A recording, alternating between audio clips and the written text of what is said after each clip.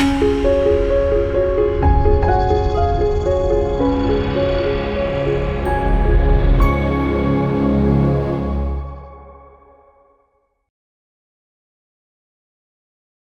మాత్రం. నేను journalist Navata. Welcome to R voice.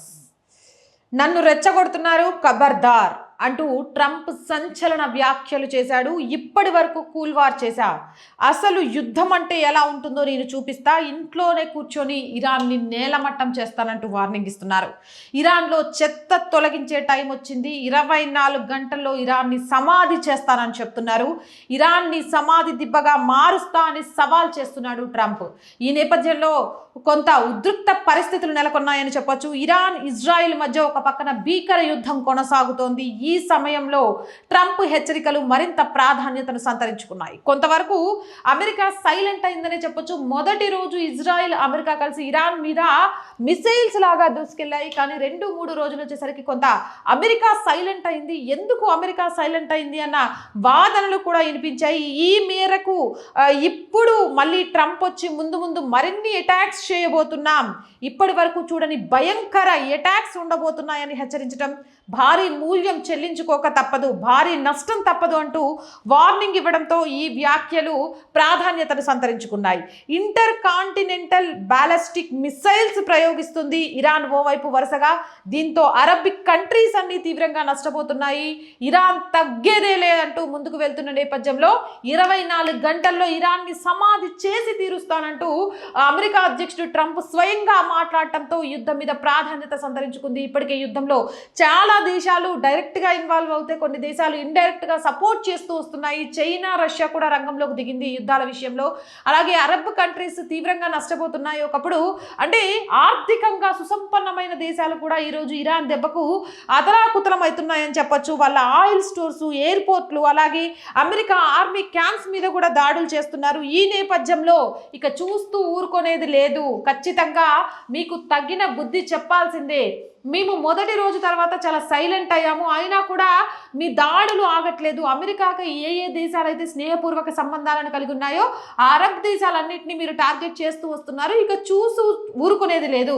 ఖచ్చితంగా 72 గంటల్లో 24 గంటల్లో అమెరికాను సమాధి చేసి తీరుతానంటూ కూడా చెప్తున్నారు.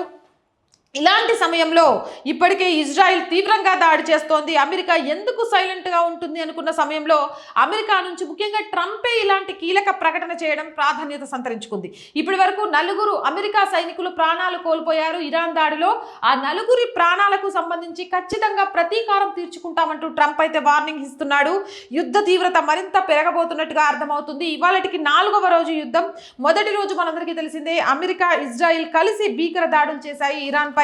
ఇరాన్ అన్ని దేశాలపై అంటే అమెరికాతో స్నేహం చేస్తున్న అన్ని దేశాల మీద కూడా భీకర దాడులు చేస్తూ వస్తుంది. దాంతో లక్షల కోట్ల నష్టం జరుగుతోంది. ఇక నేతన్యాహు ఆఫీస్ మీద కూడా దాడి చేసింది. ఒకానొక టైంలో నేతన్యాహు మరణించారనే వార్తలు కూడా వచ్చాయి. తను బంకర్లో చాలా సేఫ్గా ఉన్నానంటూ నేతన్యాహు మళ్ళీ మీడియా ముందుకు రావడం జరిగింది. ప్రపంచం కూడా ఒకానొక టైంలో ప్యానిక్ అయిపోయింది. గతంలో ఇజ్రాయిల్ వార్ జరిగింది, ఇజ్రాయిల్కి ఇరాన్కి ఇలానే వార్ జరిగింది. ఆ టైంలో కూడా చూస్తూ ఉన్న తర్వాత అమెరికా తీసుకున్న చర్యల వల్లే యుద్ధానికి చెక్ పడింది. ఇప్పుడు కూడా ఏదైతే ట్రంప్ వ్యాఖ్యలు చేశాడో 24 గంటల్లో దీనికి స్వస్తి చెబుతాను, ఖచ్చితంగా ఇరాన్కి బుద్ధి చెప్తాను అనే వ్యాఖ్యలతోటి మళ్ళీ యుద్ధానికి చెక్ పడబోతోందా, బిగ్ ట్విస్ట్ రాబోతోందా అంటూ కూడా ఇక్కడైతే చర్చ కొనసాగుతూ వస్తోంది. ఇక గతంలో ఇజ్రాయెల్ ఇరాన్ వార్ జరిగినప్పుడు వార్ కొనసాగుతూనే ఉంది. అమెరికా హెచ్చరికలు జారీ చేసినా కూడా వినకపోవడంతో B-2 బాంబర్స్ని రంగంలోకి దించింది. అండర్ గ్రౌండ్లో ఉన్నటువంటి అన్ని ఇరాన్కి సంబంధించిన ఫెసిలిటీస్ మీద ప్రయోగించి డిస్ట్రాయ్ చేసింది. అక్కడ డిస్ట్రాయ్ చేయడం మనం చూసాము. అక్కడితో యుద్ధం ఆగిపోయింది. మొత్తం వాళ్ళ ఫెసిలిటీస్ అన్ని డిస్ట్రాయ్ అయిపోవడంతో ఇరాన్ ఒక అడుగు వెనక్కి వేసింది. యుద్ధానికి చెక్ పెట్టింది. ఇరాన్ తలొగ్గింది. ఇజ్రాయెల్తో కూర్చొని అమెరికా శాంతి ఒప్పందం చేసింది. ఇక ఈ నేపథ్యంలో ఇప్పుడు కూడా అలాంటి ఒక అడుగు ముందుకు వేయబోతుందా అమెరికా అని కూడా చర్చ జరుగుతోంది. అయితే ఇప్పటికే ఇరాన్, అబుదాబి, దుబాయ్లపై దాడుల్ని ఆపేసినట్టుగా తెలుస్తోంది. యుద్ధం జరుగుతున్నా కూడా ఒక పక్క నుంచి ట్రంప్ నుంచి వార్నింగ్లు వస్తున్నా కూడా ఇరాన్ ఏమాత్రం కూడా వెనక్కి తగ్గట్లేదు. భూగర్భంలో అణు పరీక్షలు నిర్వహిస్తున్నట్టుగా కూడా అనుమానాలు వస్తున్నాయి. ఈ నేపథ్యంలోనే అంటే భూగర్భంలో అణు పరీక్షలు చేయడం ద్వారానే అక్కడ భూకంపం వచ్చి ఉండొచ్చు, భూ ప్రకంపనలు జరిగి ఉండొచ్చు అని కూడా కొందరు విశ్లేషకులు అయితే భావిస్తున్నారు. యుద్ధ సమయంలో ఇరాన్లో భూ ప్రకంపనలు వచ్చాయి. భూకంపం తీవ్రత 4.3గా రిక్టర్ స్కేల్ మీద నమోదైనట్టుగా కూడా సమాచారం అందుతుంది. గెరాస్ ఏరియాలో భూ ప్రకంపనలు వచ్చాయి. ఇదే ఏరియాలో భూగర్భంలో ఇరాన్ అణు పరీక్షలు నిర్వహిస్తోంది. అవసరమైతే యుద్ధంలో బాంబులను కూడా ఉపయోగించడానికి సర్వం సిద్ధం కాబోతుంది. ఆ నేపథ్యంలో అక్కడ భూ ప్రకంపనలు వచ్చాయని కూడా ప్రాధాన్యత సంతరించుకొని వార్తలు బయటకు వస్తున్నాయి. ఏదేమైనా కానీ 24 గంటల్లో ఇరాన్ని సమాధి చేస్తాను అని అంటూ ఇటు ట్రంప్ మాట్లాడుతున్నారు. ఇజ్రాయిల్ అయితే తగ్గేదే లేదు అంటూ ఇరాన్ మీద దాడుల్ని కొనసాగిస్తూనే ఉంది. ఇరాన్ కూడా అమెరికాకు మైత్రిగా ఉన్న దేశాల మీద దాడులు చేయడంతో పాటు ఇరాన్కి చైనా మద్దతు, రష్యా మద్దతు కూడా కూడగట్టుకోవడంతో రానున్న రోజుల్లో ఏం జరుగుతుంది, ఒకవైపు 2-3 వారాల వరకు కూడా ఈ యుద్ధం ఆగేది లేదు అంటూ ట్రంప్ చెప్పడంతో మరొక 24 గంటల్లో ఇరాన్ని ఖతం చేసేస్తాను, ఒక సమాధి చేసేస్తాను అని చెప్తుంటే మరి రానున్న రోజుల్లో యుద్ధం ఎవరితో చేయబోతున్నారు? ఈ యుద్ధం ప్రపంచ యుద్ధంగా మారుతుందా? ప్రపంచంలోని అనేక దేశాలు ప్రత్యక్షంగా పాల్గొంటే కొన్ని దేశాలు పరోక్షంగా పాల్గొంటున్నాయి.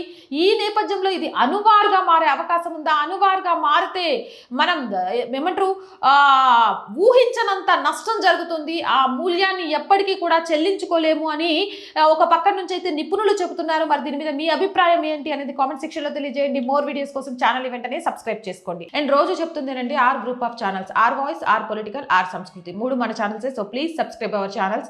కంటెంట్ బాగుంది అనిపిస్తే లైక్ చేయండి, షేర్ చేయండి. ఆర్థికంగా సపోర్ట్ చేయాలి అనుకుంటే సబ్స్క్రిప్షన్ పక్కనే జాయిన్ అనే బటన్ ఉంటుంది. 1 to 5 లెవెల్స్ ఉంటాయి. ఏదో ఒక లెవెల్లో సపోర్ట్ చేయండి. లేదా స్క్రీన్ మీద గూగుల్ పే, ఫోన్ పేతో పాటు అకౌంట్ డీటెయిల్స్ ఉంటాయి. మీకు తోచిన సహాయాన్ని అందించవచ్చు. వ్యాపార ప్రకటనల కోసం 8328 500 576 నెంబర్ని సంప్రదించండి. జై హింద్, జై భారత్.